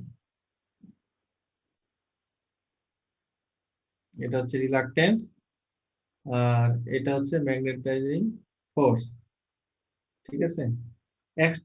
আর যে এখান দিয়ে যেটা যাচ্ছে এটা হচ্ছে ফ্লাক্স। ঠিক আছে? Magnetising flux. অর্থাৎ দেখলাম যে একটা ফ্লাক্স একটা রিলাক্টেন্সের মধ্যে দিয়ে পাস করতেছে সোর্স থেকে। ঠিক আছে? ম্যাগনেটিক ম্যাটেরিয়ালটা একটা। তো প্রথমেই আমাদেরকে দেখো, যদি আমি কারেন্ট বের করতে চাই, ঠিক আছে? আচ্ছা, এই সার্কিটে যদি আমরা কেভিএল অ্যাপ্লাই করি, কেভিএল ইলেকট্রিক সার্কিটে কেভিএল, ম্যাগনেটিক সার্কিট হচ্ছে এসিএল, অ্যাম্পিয়ারস সার্কিটাল ল। তাহলে কি হয় দেখো তো, এভাবে লেখা যায় কিনা, যে voltage rise is equal two voltage drop, magnetomotive ফোর্সের রাইজ ইকুয়াল টু ম্যাগনেটোমোটিভ ফোর্সের ড্রপ। একটা আমরা ফাই আর দিয়েও লিখতে পারি, ফাই রিলাক্টেন্স দিয়েও লিখতে পারি, অথবা আমরা এভাবে লিখতে পারি এইচ এল। কিন্তু রিলাক্টেন্সটা তো দেওয়া নাই। রিলাক্টেন্স যদি দেওয়া না থাকে, তার মানে আমি এটাকে এইচ এল দিয়ে করবো, কারণ এলটা দেওয়া আছে, ফাই দেওয়া আছে, ফাই থেকে আমরা এইচটা বের করে নিব। তার মানে আমরা অঙ্কটা এইভাবে করবো, এনআই সমান সমান এইচ এল, আর আই সমান সমান তার মানে হবে এইচ এল কে এন দিয়ে ভাগ করবো। টার্ন সংখ্যা দেওয়া আছে, কত টার্ন, 400 টার্ন বসাই দিব। এল সংখ্যাও বলা আছে 0.616 মিটার বসাই দিলাম। এইচটা বের করতে হবে, ঠিক আছে? এইচটা কোথা থেকে আনবো? আচ্ছা, ধরলাম এইচটা আনতে হবে, এটা 1 নম্বর সমীকরণ দিয়ে রাখুন। এইচটা নিয়ে আসার জন্য দেখো কিছু দেওয়া আছে কিনা। দেখো এখানে যে ফাই দেওয়া আছে, এই যে ফাই, তো ফাই থেকে এইচ কিভাবে বের করা যায় কেউ বলতে পারবা? স্যার ক্ষেত্রফল দিয়ে ভাগ। ক্ষেত্রফল দিয়ে ভাগ করলে এইচ বেড়ে যাবে? বি স্যার বি না বের স্যার, করবো বি আর প্রথমে। বি বের হবে, বি বের করার পরে আমি চাচ্ছি এইচ, ম্যাগনেটাইজিং ফোর্স। বি বের করার পরে এইচটা তাহলে কিভাবে বের করবো? কার্ভ কার্ভ থেকে তো এইচ বের করা যায়। ইয়েস, অর্থাৎ এখান থেকে যদি আমি বি বের করতে পারি তাহলে আমাদের যে বিএইচ কার্ভ দেওয়া থাকবে, অবশ্যই মনে রাখতে হবে তুমি এইখানে গিয়ে এইচটা তোমার অবশ্যই লাগবে। তো ফাই দেওয়া আছে, ফাই দেওয়া আছে গিভেন 4 × 10⁻⁴ ওয়েবার। তো ওইখান থেকে তুমি বি বের করতে পারবে, ফাই বাই এ। তো বি বের করার পরে এইচ সমান সমান তো আমার বি বাই মিউ, মিউ তো দেওয়া নাই, তার মানে তখন বুঝতে হবে আমার এখানে একটা আমার গ্রাফ দেওয়া থাকবে।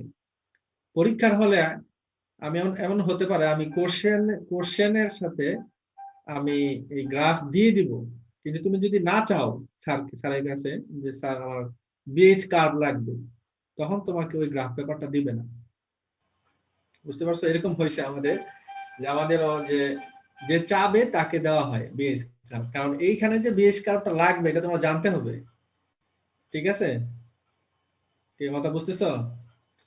এখানে যে বিএইচ কার্ভটা লাগবে, বিএইচ কার্ভ থেকে আমি এই বি, আমার যে বি আসবে ফাই কে এ দিয়ে ভাগ করে যে বি আসবে, ওই রেসপেক্টে যে আমি এইচটা বের করব, এর জন্য বিএইচ কার্ভ লাগবে। এই কার্ভটা তোমাকে দেওয়া থাকবে, বুঝতে পারতেছো? যদি কোশ্চেনের মধ্যে দেওয়া থাকে তাহলে তো একদম স্কেল দিয়ে তুমি করতে পারবা, আর না হলে বিএইচ কার্ভটা বড় আকারে একটা তোমার দেওয়া থাকে কোশ্চেনের সাথে, এটা তোমাকে বলতে হবে স্যার আমার বিএইচ কার্ভ লাগবে, ইলেকট্রিক্যাল সার্কিট পরীক্ষায় বিএইচ কার্ভ লাগবে, তখন তোমাকে বিএইচ কার্ভ সারা দিবে, না চাইলে দিবে না।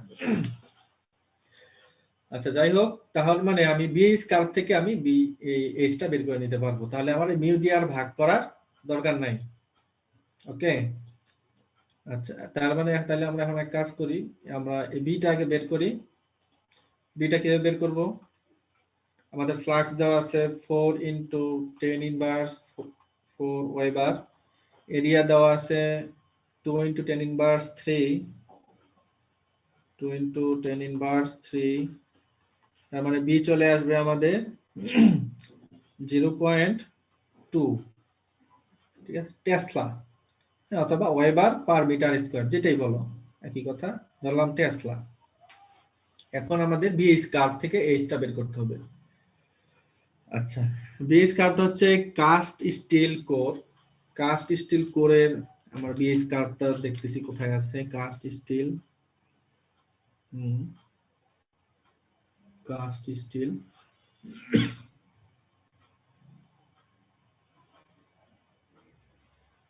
এই যে দেখো, এটা হচ্ছে আমাদের বিএইচ কার্ভ। এই যে কাস্ট স্টিল, আমাদের বি এর মান কত আসছে? 0.2।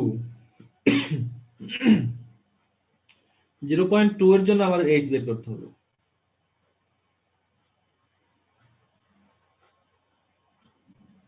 আচ্ছা, 0.2, এই যে কাস্ট স্টিল এটা, তার মানে এইখান থেকে এইখানে একটা স্কেল দিয়ে তুমি আঁকো, এই পয়েন্টে ইন্টারসেক্ট করবে, এই পয়েন্ট থেকে তুমি আবার এক্স অ্যাক্সিসের দিকে একটা লম্ব টানো, ধরো এটা এখানে এসে স্কেল দিয়ে করবা তোমরা, সুন্দর হবে। অর্ধেকের একটু বেশি যাবে, তার মানে এই পয়েন্টে ইন্টারসেক্ট করবে এক্স অ্যাক্সিসে। তো এক্স অ্যাক্সিসের এখানে যদি ইন্টারসেক্ট করে, এক্স অ্যাক্সিসের এটা হচ্ছে এইচ, এটা হচ্ছে বি, এই পয়েন্টটা হচ্ছে আমার এইচ। তো ধরে নিলাম এটা যদি 300, এটা অর্ধেক হচ্ছে 150, 150 একটু বেশি, 160, 165 অথবা 170 এরকম কিছু একটা হবে, ঠিক তো? এখন কথা হচ্ছে স্যার এটা তো আমরা একুরেট চোখের আন্দাজে কিভাবে নিব? তো এটা একদম একুরেট নেওয়া যায় না প্র্যাকটিক্যালি।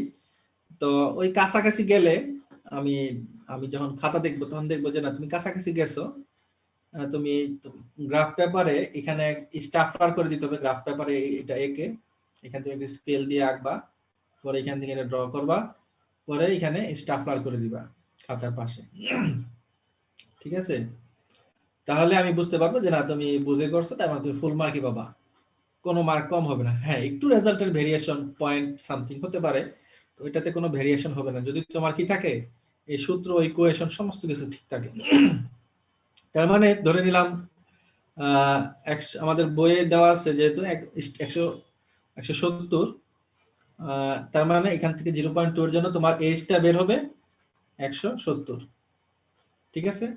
আর 170 এটা হচ্ছে অ্যাম্পিয়ার টার্ন, যেহেতু আমাদের এইচ এর একক হচ্ছে ampere turn per metre, NI/L 170। আচ্ছা, তার মানে এইচটা আমরা পেয়ে গেলাম।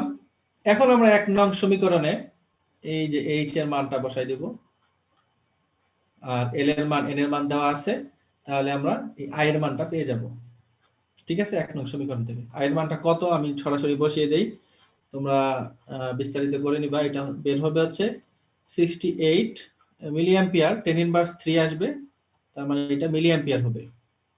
এটা আমাদের একটা অ্যান্সার, ঠিক আছে? এটা আমাদের কারেন্ট বের হয়ে গেল।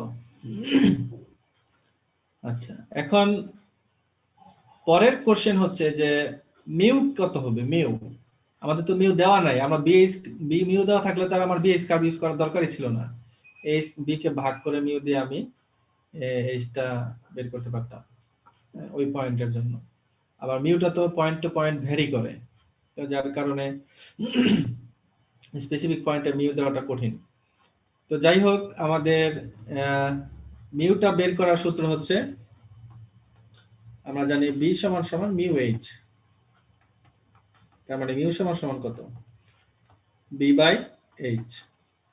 আর বি আমরা বের করলাম একটু আগে 0.2 টেসলা, আর এইচটাই যে এখনই বের করলাম যে বিএস কার্ভ থেকে যেটা দেখলা 170, ঠিক আছে? তার মানে এটা টেসলা, এটা হচ্ছে অ্যাম্পিয়ার টার্ন পার মিটার, তার মানে মিউ এর মানটা বের হবে, আমি সরাসরি লিখে দিলাম, তোমরা ক্যালকুলেটরে চেক করে নিবা, 176 × 10⁻³ ওয়েবার পার অ্যাম্পিয়ার মিটার, ঠিক আছে? এটার একক এটা আসবে, এটা তোমরা দেখে নিবা, টেসলার একক বসাই দাও, ওয়েবার পার মিটার স্কয়ার, পরে ক্যালকুলেশন করলে এটা আসবে। এটা তোমাদেরকে দেখানো হয়েছে যে মিউ এর একক কিভাবে ওয়েবার পার অ্যাম্পিয়ার মিটার আসে, এটা দেখানো হয়েছে। Hello sir. হ্যালো স্যার, আমরা ক্যালকুলেশনের মাঝখানে কি ইউনিট বসাইতে হবে? যেমন বি এর দরকার নাই, লাস্টে এককটা বসে দিলে হবে, যেহেতু তোমরা বড় হইছো, একদম ভাঙে ভেঙে করাটা আমার মনে হয় না দরকার, ঠিক আছে?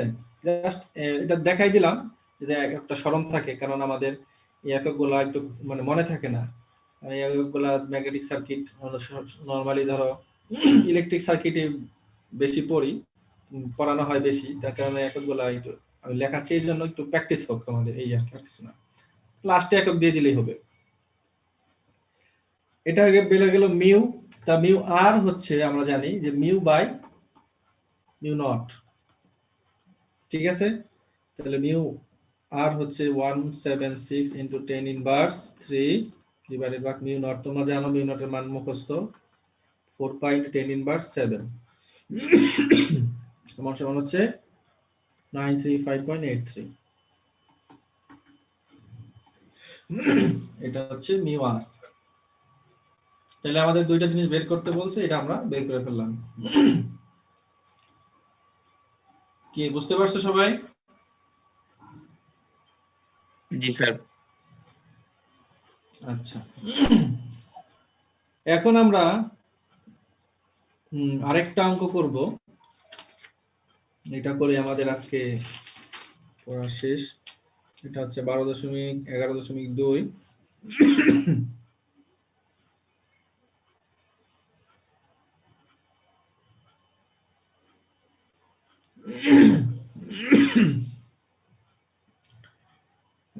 তোমরা দেখতে পাচ্ছ আমার এই ফিগারটা।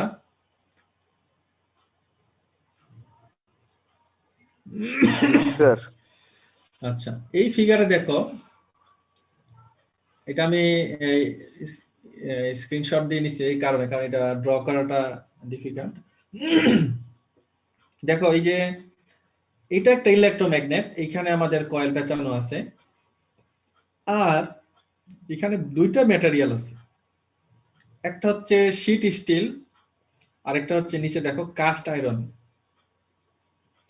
তো এ থেকে এই এটুক পর্যন্ত বি, এরপরে আবার এই যে এ এফ ই, দেখো ই এফ এ বি, এটুক হচ্ছে শীট স্টিল, ঠিক আছে, শীট স্টিল। এই ই থেকে এফ এ বি, আর কাস্ট আয়রন হচ্ছে ডি আর সি নিচেরটা। তো এখন আমরা কিন্তু পড়ে আসছি যে একাধিক যদি ম্যাটেরিয়াল হয় তাহলে আমাদের কেবিএলটা কিরকম হয়। দেখো এই যে আমরা একটু আগে কিন্তু পড়ছি এই জিনিসটা, এটাই আমরা অ্যাপ্লাই করব। এখানে ছিল 3টা ম্যাটেরিয়াল, মনে আছে এই যে 3টা ম্যাটেরিয়াল। তো এখানে আমরা কিন্তু 3টা ম্যাটেরিয়াল নাই, 2টা ম্যাটেরিয়াল আছে, এই যে 2টা ম্যাটেরিয়াল আছে। আচ্ছা, তো এটার জন্য আমাদের এই ডিটারমাইন দ্য কারেন্টটা বের করতে হবে, ঠিক আছে, কারেন্টটা বের করতে হবে। তো এটাও সেম কারেন্টটা তাহলে এখানে কিভাবে বের করব, ঠিক আছে, এখানে কারেন্টটা কিভাবে বের করব। অঙ্ক সবসময় আমি একটা কথা বলি, অঙ্ক সবসময় যেটা চাবে ওইখান থেকে সূত্র ফেলতে হবে, শেষ থেকে শুরু করা। এই জিনিসটা তাহলে অঙ্ক শেখার ক্ষেত্রে সহজ হয়। যেমন ধরো কারেন্ট চাচ্ছে, তাহলে কারেন্টটা বের করার সূত্র আমাদের কেভিএল অ্যাপ্লাই করতে হবে, অ্যাম্পিয়ার সার্কিটাল ল অ্যাপ্লাই করতে হবে। আর অ্যাম্পিয়ার সার্কিটাল লটা হচ্ছে the algebraic sum of magnetomotive force rise, আর হচ্ছে algebraic sum of magnetomotive force এর ড্রপ কত। ফোর্সের রাইজ হচ্ছে ni, আর ড্রপ হচ্ছে, দেখো এখন ড্রপটা 2 সূত্র দিয়ে লেখা যায়, ফাই আর ইনটু রিলাক্টেন্স দিয়ে লেখা যায়, এইচ আর এল দিয়ে লেখা যায়। নরমালি এই অধ্যায়গুলোতে ওই ফাই আর দিয়ে লেখা নাই, অঙ্ক করা নাই, আমাদের লেন্থ এইচ আর এল দিয়ে অঙ্কগুলা করা আর কি, বুঝতে পারছো, এইচ এল দিয়ে, এই মানে এনআই সমান সমান এইচ এল দিয়ে, মানে এটাও হয়, এটা যদি দেওয়া থাকে রিলাক্টেন্সটা হয়, কিন্তু এইটা দেওয়া আছে, এইটা দিয়ে অঙ্কগুলা করানো আর কি। তো আমাদের তো ড্রপটা দেখো 2 রকমের হবে, ঠিক তো নাকি? একটা জিনিস খেয়াল করো যে আমি যদি 2টা ড্রপ, একটা হচ্ছে এইটা হচ্ছে ম্যাগনেটিক মানে আমরা এইচ এল জানি, তো এইচটা দেখো ই এফ এ বি, এটার জন্য এইচটা একরকম, দেখো E F A B, E F A B, এটা একটাই material, sheet steel, E F A B. আবার দেখো B C, B B C D E, এখান থেকে একটু এখানে একটু, এই টোটালটা এই যে এটা হচ্ছে আরেকটা ম্যাটেরিয়াল। তার মানে প্লাস দিয়ে এখানে নিচে লিখি H into B C D E, ঠিক আছে। এইচ এল, এলটাও সেম, এইচ যার হবে এলটাও তারই হবে, ই এফ এ বি আর L into B C D E. কি বুঝতেছো? তাহলে দেখলাম যে আমরা যদি আমাদের ফাই দেওয়া আছে, তো ফাই থেকে আমরা ফাইতে একই, কারণ এটা সিরিজ সার্কিট, ম্যাটেরিয়াল আলাদা থাক কোনো সমস্যা নাই, সিরিজ সার্কিট। সিরিজ সার্কিটটা যদি ড্র করে এভাবে হবে, এটা হচ্ছে ম্যাগনেটোমোটিভ ফোর্স। এটা যদি একটা আমাদের রিলাক্টেন্স হয় শীট স্টিলের, আরেকটা রিলাক্টেন্স হবে কাস্ট আয়রনের। এটা রিলাক্টেন্স একটা শীট স্টিল সংখ্যা এসএস লিখলাম, আর এটা কাস্ট আয়রন আরসি লিখলাম, আর ফ্লাক্সটা হবে এইভাবে। তো ফ্লাক্স তো একই, তো একই যদি ফ্লাক্স হয় তাহলে মানে লেন্থটা কিন্তু আমরা বের করতে পারবো। লেন্থটা দেওয়াই আছে, দেখো এই লেন্থটা দেওয়া আমাদের এন দেওয়া আছে, এনটা দেওয়া আছে, এই যে এন 50 টার্নস, এল দেওয়া আছে ই এফ এল বি, আমাদের দরকার এল ই এফ এ বি। দেখো ই এফ, দেখো প্রত্যেকটা পার্ট টু পার্ট আমার লেন্থ দেওয়া আছে, ঠিক আছে। আচ্ছা আমি একটু বিস্তারিত দেখাই। দেখো এল ই এফ এ বি এটা সমান সমান কি লেখা যায়, L E F plus L F A plus L A B. তাহলে দেখো E F L E F সমান সমান 4 ইঞ্চি, ইঞ্চিতে দেওয়া আছে সবগুলা।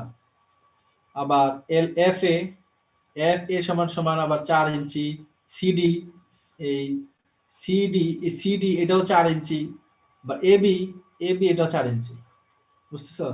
তার মানে 4 4, তার মানে এখানে কত হচ্ছে 12 ইঞ্চি, টোটাল হচ্ছে 12 ইঞ্চি। এখন কথা হচ্ছে যে আমার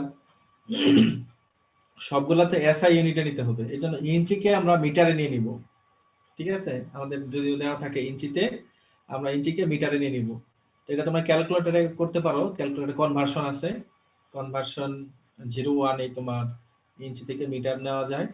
আর যদি মনে না থাকে তাহলে আমরা যদি 12কে 39.37 দিয়ে ভাগ করি, 39.37 দিয়ে যদি ভাগ করি তাহলে এটাকে মিটারে নিতে পারবো, ঠিক আছে। মিটারে নেওয়ার কোন পদ্ধতি আর কি, এটা হবে হচ্ছে 304.8 304.8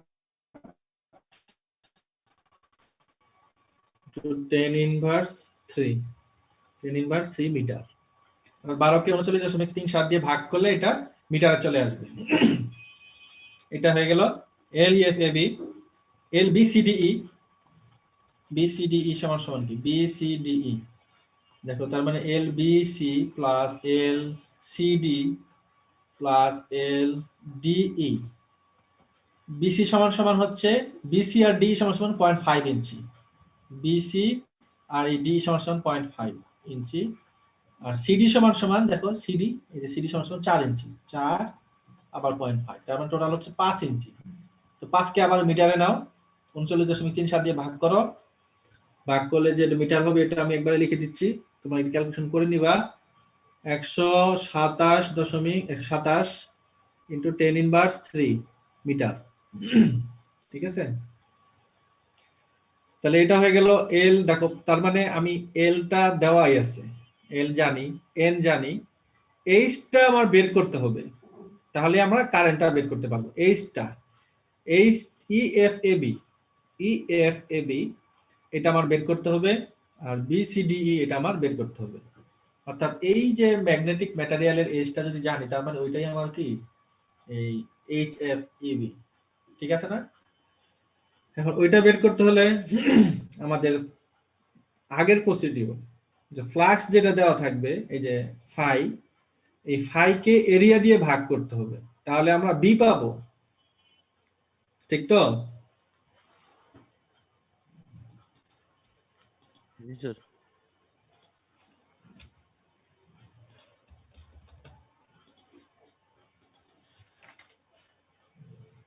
দেখো এখানে ফাই দেওয়া আছে 3.5 ইন্টু 10 ইনভার্স 4, তাহলে আমরা বি পাওয়ার জন্য বি সমান সমান আমরা জানি ফাই বাই এ, তাহলে ফ্লাক্স সমান সমান আমরা জানি ফ্লাক্স সমান সমান আমরা জানি 3.5 ইন্টু 10 ইনভার্স 4, আর এ সমান সমান আমরা জানি, আচ্ছা এখানে একটা কথা আছে, এ দেওয়া আছে ইঞ্চি স্কোয়ার, 1 ইঞ্চি স্কোয়ার এ, বুঝতেছো। 1 ইঞ্চি স্কয়ার মানে হচ্ছে তোমার ইঞ্চিতে দেওয়া আছে। আরেকটা জিনিস খেয়াল রাখো, আমার কিন্তু সব মিটারে নিতে হবে। মিটারে কেন মিটারে নিতে হবে জানো? মিটারে নেওয়ার কারণ হচ্ছে দেখো এই যে বিএইচ কার্ভ, এখানে যে বি এটা টেসলাতে আছে, আর এইচটা যেটা দেখো অ্যাম্পিয়ার টার্ন পার মিটার, মিটারে আছে। তো আমি যদি এই এইচটা এখানে এই বিটা যেটা বের করব এটা যদি মিটারে না হয়, তাহলে কিন্তু এই কার্ভের সাথে আমার এটা মিলবে না। ওই রেসপেক্টে আমি ওই কার্ভ এই এইচটা পাবো না, কারণ এইচটা এখানে মিটার স্কেল করা আছে। তার মানে এখানে বিটা আমার মিটারে নিয়ে নিতে হবে। তো বিটা যদি মিটারে নেই, ওয়েবার পার মিটার স্কয়ার, যেটাকে আমরা টেসলা বলি, টেসলা মানে tesla weber per metre square, এই মিটারে নিতে হবে। আবার এখানে আছে 1 ইঞ্চি স্কয়ার, তার মানে তুমি এই এটাকে আগে 1 ইঞ্চি স্কয়ারকে আমরা জানি 39.37 দিয়ে ভাগ করতে হয়, ঠিক তো? 39.37, যেহেতু স্কয়ার আছে তার মানে এতে স্কয়ার দিয়ে ভাগ করতে হবে, ঠিক তো? তার মানে এটা আসবে, আমি লিখে দিচ্ছি 6.452 ইন্টু 10 ইনভার্স 4 মিটার স্কয়ার। কি আসছে জানো, একটু ক্রস দিতে হবে। হ্যাঁ, হ্যালো, জি স্যার, এবার চলে গেছে। আচ্ছা, তার মানে একে আমরা মিটার স্কয়ারে নিয়ে নিছি। এখন আমরা এখানে বসাই দেই 6.452 10 ইনভার্স 4। তার মানে এখন বি এর মান বের হয়ে যাবে। বি এর মান বের হবে কত? ক্যালকুলেশন করে দেখো, 542 টেসলা, এটা বের হবে, ঠিক আছে? আচ্ছা, এটা এই বি এর মান এই টোটাল সার্কিটের জন্য যেহেতু ফাই একই, বি এর মান একই। এখন এইচটা যেটা বের করব, এই বি এর মান থেকে এই দুইটা এইচ আমরা বের করব, ইএফএবি বিসিডিই, ইএফএবি আর হচ্ছে বিসিডিই। এটা কিভাবে বের করব? আমরা ম্যাগনেটাইজিং কার্ভ থেকে বের করব, 0.542।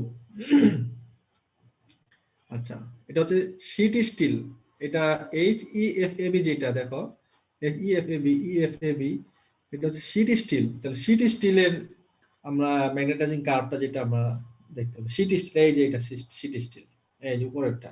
স্যার আবার চলে আসছে উপরে স্যার, এটা কি দেখাচ্ছে না কি চলে আসছে? স্যার, একটা চ্যাট বক্স। কই, আমার তো কিছু এখানে দেখা যাচ্ছে না। স্যার ঠিকই তো আছে।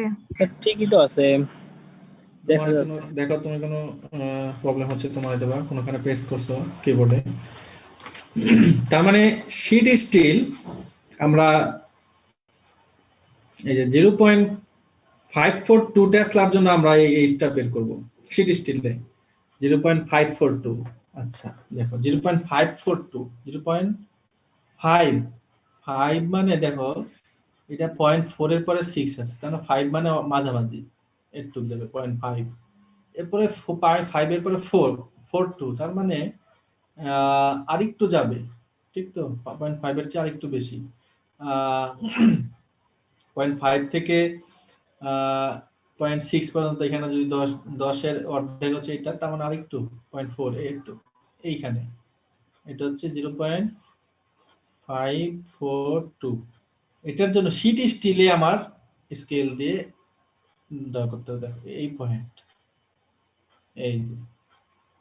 এই পয়েন্ট থেকে তখন আমার একটা লম্ব টানতে হবে, এই লম্ব এই পয়েন্টে আমার ইন্টারসেক্ট করবে। এই পয়েন্টে ইন্টারসেক্ট করলে তো এটা তোমার আমার অনুমান করে ধরে নিতে হবে এটা 150, এটা 300, এটা 100, অর্ধেক হচ্ছে 150, এরও অর্ধেক 150 এর অর্ধেক হচ্ছে 75, অর্ধেকের একটু কম, তার মানে ধরে নিলাম বইয়ের মধ্যে 70 দেওয়া আছে, ধরে নিলাম 70, ঠিক আছে? তোমাদের 70, 75, 80 এরকম কিছু একটা হবে, কোনো সমস্যা নেই।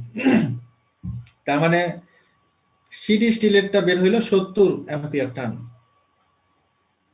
Sir 70 ampere turn per metre. আচ্ছা, আরেকটা বের করতে হবে ক্যাস্ট আয়রন। আচ্ছা, আমি একটু শেষ করি পরে কোশ্চেন করো। ক্যাস্ট আয়রনেরটা এই তোমার 0.452 এর জন্য 542, ক্যাস্ট আয়রনেরটা দেখো, এই যে ক্যাস্ট আয়রন, এই যে, তো ক্যাস্ট আয়রনেরটা তুমি এখানে স্কেল দিয়ে এটা ড্র করো, এই যে পয়েন্টে সেট করবে। এটা আমারটা খুব সুন্দর হচ্ছে না, ধরো একটা স্কেল দিয়ে আঁকলে এই পয়েন্টে সেট করছে আর কি। তো এখান থেকে তোমার তখন একটা স্কেল দিয়ে এই পয়েন্টটা তোমার সিলেক্ট করতে হবে। এটা হবে আমার এইচ। এটা দেখো, এটা 1500, 15, 16, 17, 18, ধরো 1700 সামথিং, 1700 সামথিং। আর বইয়ের মধ্যে 1600, বইয়ের মধ্যে 1600 আছে, তার মানে একটু কম বেশি হবেই, কারণ আমরা যদি ড্র করি অ্যাকুরেট পাওয়া যায় না, একটু কম বেশি হয়। ধরো 16, এই বইয়ের মধ্যে 1600, আমাদের হলো 1600 বা 1650 এরকম আমরা পাইছি। তো এটা আমরা এখানে লিখে ফেলবো। অর্থাৎ শীট স্টিলেরটা যেটা পাইলাম 70, আর ক্যাস্ট আয়রনেরটা পাবো আমরা ধরো 1600 অ্যাম্পিয়ার টার্ন পার মিটার। ঠিক আছে, এখন এই যে আমাদের দেখো HEF, আর এইটা আমরা পেয়ে গেছি, এটা আমরা পেয়ে গেছি, এইগুলো তো আছেই, এনও আছে। এখন কারেন্ট বের হয়ে যাবে, বুঝতে পারতেছ? তার মানে কারেন্ট তুমি এখানে এন দিয়ে ভাগ করতে হবে, HEF AB into L EF AB, EF AB তো নাকি EF AB, হ্যাঁ, BCDE, আর এটা হচ্ছে HBCDE আর LBCDE। ঠিক আছে, এটা দুইটা যোগ করে এন দিয়ে ভাগ করো, এই টোটাল কারেন্ট বের হয়ে যাবে। তো এটা তোমরা করে নিবে, আমি টোটাল কারেন্টটা সরাসরি লিখে দিচ্ছি। টোটাল কারেন্টটা হবে 4.49 অ্যাম্পিয়ার। অ্যানসার। হ্যাঁ, এখন বলো।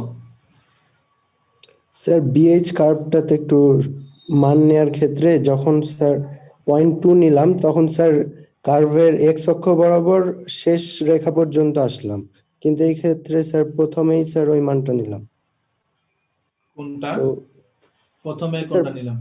0.2 থেকে যখন নিয়েছিলাম প্রথমবারে, হ্যাঁ। সেই সময় স্যার কার্ভের এই পাশ পর্যন্ত চলে আসলাম, হ্যাঁ, কিন্তু ওই যে এইখানে স্যার 0.54 এর ক্ষেত্রে প্রথমে যে মানটা ছেদ করলো সেটাই নিলাম কেন?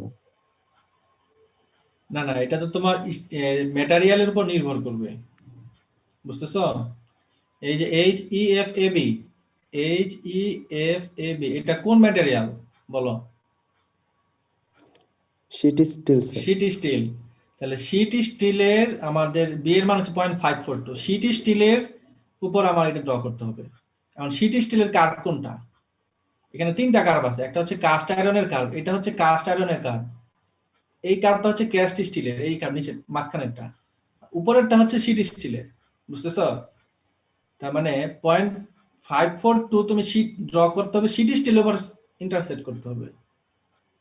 ঠিক আছে, স্যার ওইটা বুঝেছি স্যার। এই ক্ষেত্রে স্যার যে স্যার রেখাটা টানছে এক্স অক্ষ বরাবর, সেটা যেখানে স্যার প্রথমে ছেদ করছে ওটাকে নিতে হবে নাকি শেষ মাথা পর্যন্ত যাওয়া লাগবে? একদম এই যে এই পর্যন্ত যাবা, শেষ মাথা একদম এক্স অ্যাক্সিস এর উপর যেটা পড়বে, বুঝতে পারছো? এক্স অ্যাক্সিস এর উপর যেটা হবে এই পয়েন্টটাই হচ্ছে তোমার এইচ পয়েন্ট। আবার এখান থেকে তুমি এই যে ক্যাস্ট আয়রন, যেটা ক্যাস্ট আয়রনের যেটা পয়েন্টটা হবে, ওই পয়েন্ট থেকে তুমি একদম এক্স অ্যাক্সিস এর উপর একটা লম্ব টেনে দিবা সরাসরি, লম্বটা এক্স অ্যাক্সিস এর যে পয়েন্টে ইন্টারসেক্ট করবে ওই পয়েন্টটাই হচ্ছে এইচ এর পয়েন্ট। কি বুঝতে পারছো? জি স্যার। আচ্ছা, এইটাই হচ্ছে, এভাবে আমরা এই যে তোমার এইচ এর মানগুলা নিব, এইচ এর মানগুলা নিয়ে আমাদের এখানে যদি সব বসিয়ে দেই তাহলে আমরা এই কারেন্টের মান পাবো। আসলে অঙ্কটা এই আমি যেটা মনে করি একেবারে সহজ জিনিস, তোমরা হয়তো বা নতুন দেখতেছো এই জন্য হয়তো বা একটু মনে হচ্ছে কেমন কেমন। এটা কেভিএল ছাড়া আর কিছু না, ভোল্টেজ রাইজ ভোল্টেজ ড্রপ, এখানে জাস্ট লেন্থ গুলাকে ইঞ্চিতে দেওয়া আছে, আমরা আগে মিটারে নিয়ে নিতেছি, ক্যালকুলেটর ইজিলি করা যায়। এরপরে এরিয়াকে আমরা ইঞ্চিতে স্কয়ার দিয়েছি, এটা আমরা এরিয়াকে মিটার স্কয়ার নিয়ে নিছি। আর এইচটা দেওয়া নাই, আমরা এইচটা বের করে নিলাম বিএইচ কার্ভের মাধ্যমে, বাস, আর কিছু না। আর কেবিএল তো তুমি জানোই, এখানে বসাই দিবা, এই কারেন্ট পাবা, এই হলো সামারাইজ। আর একেবারে সহজ জিনিস, প্র্যাকটিস করলে পারবা। আর যদি প্র্যাকটিস না করে যাও পরীক্ষার হলে মিলাতে একটু কষ্ট হবে। আরেকটা জিনিস, এই ম্যাগনেটিক সার্কিটে তোমাদের অঙ্ক করে যেতে হবে।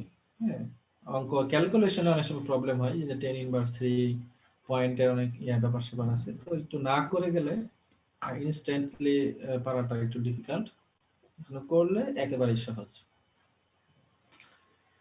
তো ঠিক আছে, আজকে এই পর্যন্তই। তোমাদের হোমওয়ার্ক থাকবে,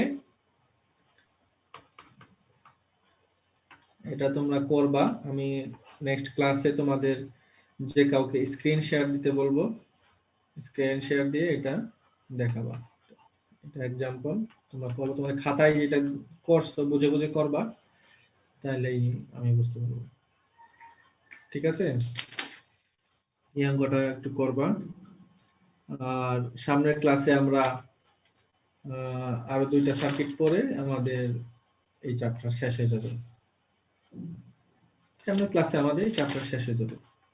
আর 3টা অঙ্ক আছে, একটা সিরিজ প্যারালাল করব, আর এয়ার গ্যাপের একটা অঙ্ক করব, আর একটা সার্কুলার আয়রনের একটা অঙ্ক করব। 3টা অঙ্ক করলেই আমাদের এই চ্যাপ্টার মোটামুটি শেষ হয়ে যাবে।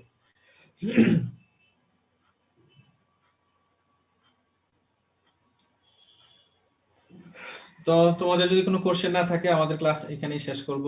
কার কোনো কোশ্চেন আছে?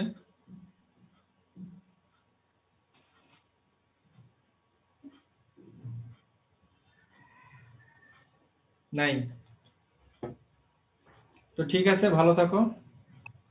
তোমাদের সাথে আমার ল্যাব আছে, বুধবারে ল্যাব